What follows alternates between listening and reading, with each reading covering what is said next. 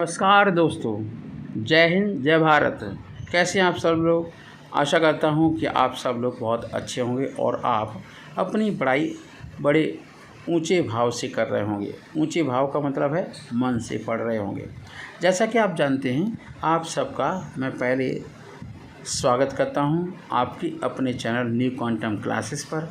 आज मैं आपको बहुत ही इम्पोर्टेंट जानकारी दे रहा हूं इस वीडियो के माध्यम से।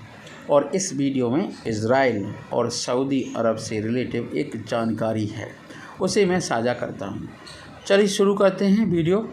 सऊदी अरब जिस डर के कारण तमाम दबाव के बावजूद नहीं ले पा रहा कोई भी फैसला कि वो इज़राइल के साथ क्या करे, क्योंकि सऊदी अरब उन देशों में से एक है जो मुस्लिम देश हैं और 1,90 करोड़ की आबादी वाली मुस्लिमों की संख्या इतनी ज़्यादा है कि सऊदी अरब के पर खच्चे उड़ जाएंगे अगर इज़राइल के साथ कुछ ऐसा किया कि जिससे मुस्लिम लोगों की भावना को ठेस पहुंची। तो कुछ भी हो सकता है दोस्तों, और सऊदी अरब अपने आप को बचा नहीं पाएगा, क्योंकि आप जानते ही होंगे कि इज़राइल और कुछ मुस्लिम देशों का जो कॉन्फ्लिक्ट है आज का नहीं है, नया नहीं है। डेली कुछ ना कुछ मिसाइल अटैक होते हैं।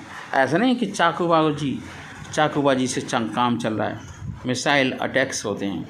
तो चलिए दोस्तों शुरू करते हैं। बीते कुछ सालों में इज़राइल और अरब देशों के बीच रिश्ते धीरे धीरे पटरी पर लौटने शुरू हो गए हैं।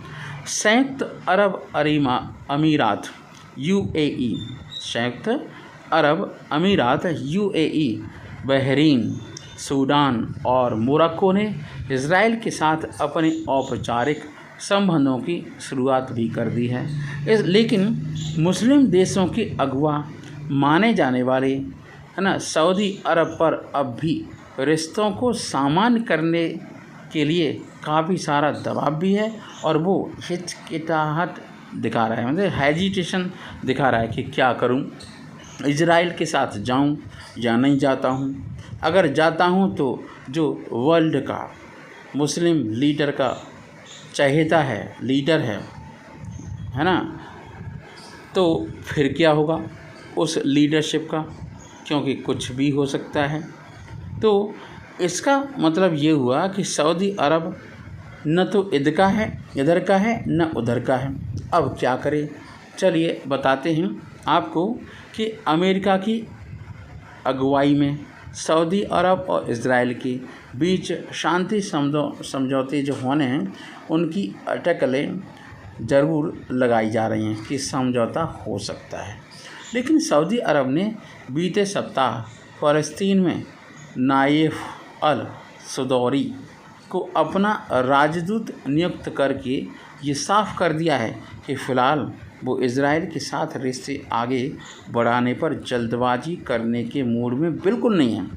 इज़राइल और फ़लस्तीन के बीच विवाद में अब तक सऊदी अरब खुलकर फ़लस्तीन का समर्थन करता आया है। सऊदी अरब और इज़राइल के बीच राजनयिक संबंध नहीं है, लेकिन बैकडोर डिप्लोमेसी की खेल खेला जा रहा है। दोनों मुल्कों के बीच रिश्तों को लेकर चर्चा वॉल स्ट्रीट जर्नल की एक रिपोर्ट के बाद से जो प्रकाशित हुई उससे तेज हुई है। इस रिपोर्ट में ये दावा किया गया था कि अमेरिका ने सऊदी अरब के साथ उस समझौते की रूपरेखा तैयार कर ली है जिसके जरिए इज़राइल और सऊदी के रिश्तों को सामान्य किया जा सकता है। रिपोर्ट में कुछ अमेरिकी अधिकारियों के हवाले से ये आशा जताई गई है कि अगले 9 से 12 महीने के अंदर मध्य पूर्व क्षेत्र में इस युग का सबसे अहम शांति समझौते पर बात बन सकती है।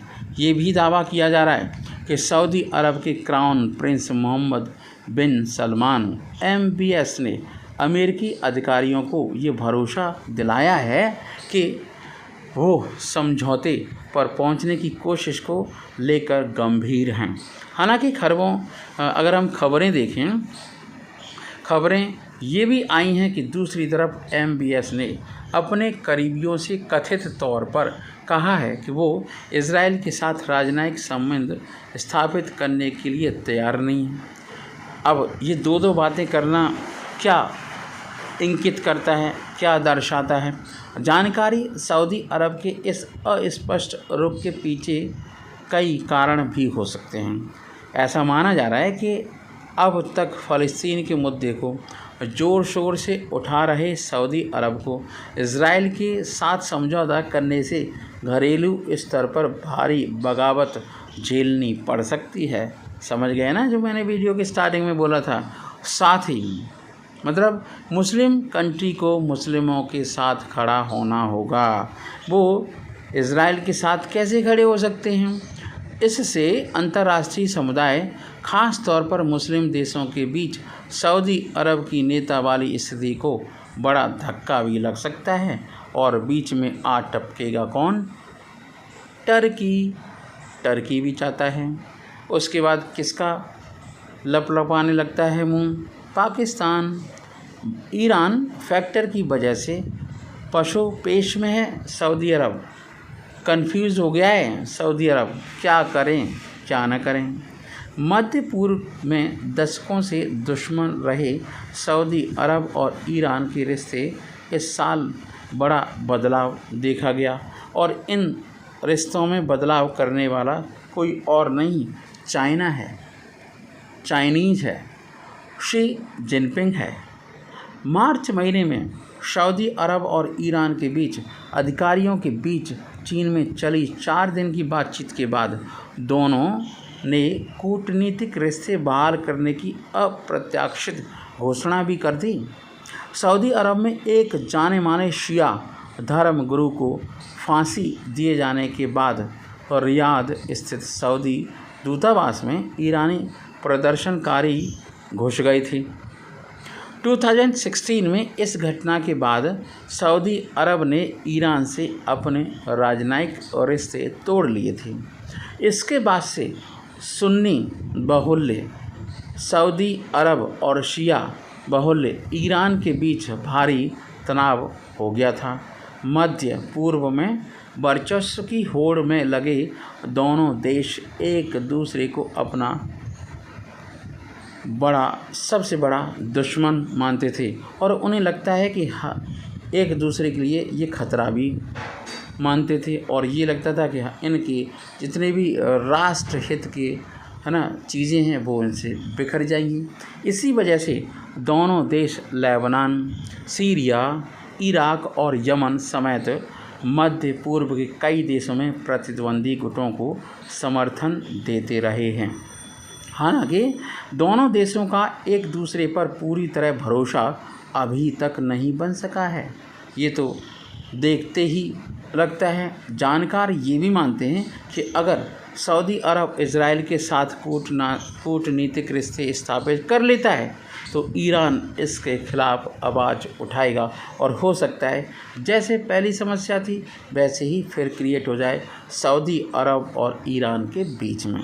साथ ही इससे सऊदी अरब और इस्लामिक देशों की अगवा वाली स्थिति भी खतरे में पड़ सकती है और बीच में फटे में टांग अड़ाएंगे टर्की और उसके बाद पाकिस्तान। फिर देखते हैं सऊदी अरब को कौन पूछता है, फिर किस खिलौने में बिठाएगा चाइना। अब चाइना का क्या रोल रहेगा देखते हैं फ्यूचर में रिपोर्ट आने के बाद। वो भी तब जब ईरान और दूसरे बड़े इस्लामिक देश मुस्लिम देशों की अगुवाई करने की इच्छा जाहिर कर चुके हैं। ये तो आप जानते ही होंगे। दिल्ली के JNU विश्वविद्यालय में विश्व एशिया मामलों के अध्यापक प्रोफेसर AK पातशाह कहते हैं कि ईरान के सहयोगी हिजबुल्लाह, हमास और हुती भी अपनी नाराज़गी जता सकते हैं। इसमें ईरान का पलड़ा भारी हो सकता है क्योंकि फ़लस्तीन का मुद्दा इस्लामिक देशों के बीच भावनात्मक मुद्दा है। जिस तरीके से कश्मीर का मुद्दा पाकिस्तान के लिए बड़ा प्यारा और रोने धोने वाला मुद्दा है। पता नहीं पाकिस्तान के कुछ लोग सुबह जगें और देखें कि POK तो भारत में मिल गया, ऐसा भी हो सकता है। 2-3 दिन की कहानी है, हो जाएगा। देखते हैं। ये भी हो सकता है कि ईरान से जो रिश्ते सुधर रहे हैं उसमें फिर से नाराज़गी बढ़ जाए। इसके लिए सऊदी अरब जॉर्डन में अपने मौजूदा राजनयिक को ही फ़लस्तीन के राजनयिक के तौर पर अतिरिक्त जिम्मेदारी सौंप सकता है और सौंप दी। कोई नया राजनयिक नियुक्त नहीं किया है। एक ही पातशाह का ये भी कहना है कि जब से बाइडेन राष्ट्रपति बने हैं तब से मानव अधिकार सहित कई अन्य मुद्दों को लेकर सऊदी अरब के क्राउन प्रिंस मोहम्मद बिन सलमान के साथ उनके रिश्ते अच्छे नहीं रहे हैं। प्रोफेसर पातशाह ये भी कहते हैं कि ऐसे में MBS की इच्छा है कि अमेरिका उनकी सत्ता को सपोर्ट करे और वो अमेरिका के साथ डिफेंस ट्रीटी करना चाहते हैं। दूसरा ये भी है कि चीन के दखल से ईरान के साथ सऊदी अरब के कूटनीतिक रिश्ते सुधरे हैं, लेकिन फिर भी सऊदी अरब ईरान को अपने लिए सैन्य और वैचारिक स्तर पर अपने लिए खतरा तो अभी भी मानता है। इसलिए सऊदी अरब चाहता है कि अमेरिका उसे अच्छे और आधुनिक हथियार दे दे। सऊदी अरब ये भी चाहता है कि ईरान के न्यूक्लियर रिएक्टर के जवाब में उसे सिविल न्यूक्लियर रिएक्टर। सऊदी ने यही 3 मांगे हैं अमेरिका के सामने रखी हैं और इन मांगों को अमेरिका जल्दी से जल्दी पूरा करने वाला है। लेकिन इन तीनों समझौतों की हकीकत अगर हम देखें तो वही है कि अमेरिकी कांग्रेस में इजरायली लॉबी का मानना है ना, उन्हें मनाना, उन्हें सपोर्ट में करना और कन्वेंस करना काफ़ी चैलेंजिंग है। और आपको बता दें, धार्मिक जो देश हैं, इस्लामिक धार्मिक देश हैं या इस्लामिक देशों के बीच धार्मिक पहचान है सऊदी अरब की, वो शायद नुकसान में हो सकती है, वो शायद खतरे में खट्टी हो सकती है। सऊदी अरब के पास मुसलमानों के 2 सबसे पवित्र स्थल मक्का और मदीना हैं, लिहाजा यह खुद को मुस्लिम दुनिया के नेता के रूप में देखता है। इसके कारण मुस्लिम बहुल देशों के बीच सऊदी अरब की एक धार्मिक पहचान भी है। इस्लाम का तीसरा सबसे बड़ा और पवित्र स्थल जिसे बोलते हैं अल अक्सा मस्जिद इज़राइल और फ़लस्तीन के बीच विवाद की जड़ यरूशलेम में है। यहूदियों के लिए भी ये सबसे पवित्र जगह मानी जाती है। सऊदी अरब कहता आया है कि जब तक फ़लस्तीन 1967 की सीमा के तहत एक स्वतंत्र मुल्क नहीं बन जाता तब तक इज़राइल से औपचारिक रिश्ता कायम नहीं हो सकता। सऊदी अरब की तरफ से सऊदी अरब पूर्वी यरूशलेम को फ़लस्तीन की राजधानी बनाने की भी मांग करता आया है। अरब दुनिया की और इज़राइल के बीच की शत्रुता आज की नहीं है। 1967 में 6 दिनों के भीषण युद्ध के बाद और बढ़ गई है। इस युद्ध में इज़राइल की जीत हुई थी और अरब देशों को एकजुट होकर भी हार का सामना करना पड़ा था, क्योंकि इज़राइल के पास टेक्नोलॉजी है। इन्होंने क्या गोइयाँ छीली हैं। इज़राइल अपनी तरफ से ये आश्वासन देता रहा है कि शांति बहाली की राह में फ़लस्तीन अड़चन नहीं होगा, लेकिन विश्लेषकों की नज़र में अल अक्सा पर इज़राइल का रुख सामने होने के बावजूद अगर सऊदी अरब उसके शांति समझौतों या शांति का समझौता करता है तो इससे इस्लामिक देशों के बीच उसकी छवि खराब होने का अंदेशा है। Indian council of world affair के फेलो और मध्य पूर्व मामलों के जानकार फज्जुर रहमान सिद्दीकी कहते हैं कि सऊदी अरब की एक धार्मिक पहचान है। मुसलमानों के 3 में से 2 पवित्र स्थल सऊदी अरब में हैं और वो उनके कस्टोडियन हैं, मतलब मालिक हैं। सऊदी अरब ने इतने सालों में फ़लस्तीन के मुद्दे को मुस्लिम वर्ल्ड का साझा है ना मुद्दा बनाने में चैंपियन की भूमिका निभाई है। इसे इस्लामिक मुद्दा बताया गया है। इसकी वजह से ये भी है कि वहाँ यरूशलेम पर मुसलमानों की तीसरा सबसे पवित्र धार्मिक अल अक्सा भी है। अब यही तो अल अक्सा ही तो है मुद्दा इस विवाद का। सिद्दीकी ये भी कहते हैं कि सऊदी अरब से इस्लामिक भावनाएं जुड़ी हैं। हर साल दुनिया भर से 25 से 30 लाख लोग मक्का मदीना जाते हैं। इसलिए सऊदी अरब के लिए ये फैसला इज़राइल से रिश्ते सामान्य करना सबसे मुश्किल साबित होने वाला है। उसे दुनिया भर के मुसलमानों का विरोध झेलना पड़ सकता है और हो सकता है सर तन से जुदा हो जाए, आगजनी हो जाए, तोड़ फोड़ हो जाए और स्पेशल एक्टिविटी पत्थर चल जाएं। पत्थरबाजी में तो आप जानते ही हो नंबर 1 है। फ्रांस देख लो, नू देख लो, और भी भारत के कुछ हिस्से। वो कहते हैं पहला तो मुस्लिम वर्ल्ड में सऊदी अरब का जो स्थान है उसे बहुत बड़ा धक्का लगेगा, उसकी धार्मिक पहचान को बहुत नुकसान पहुंचेगा।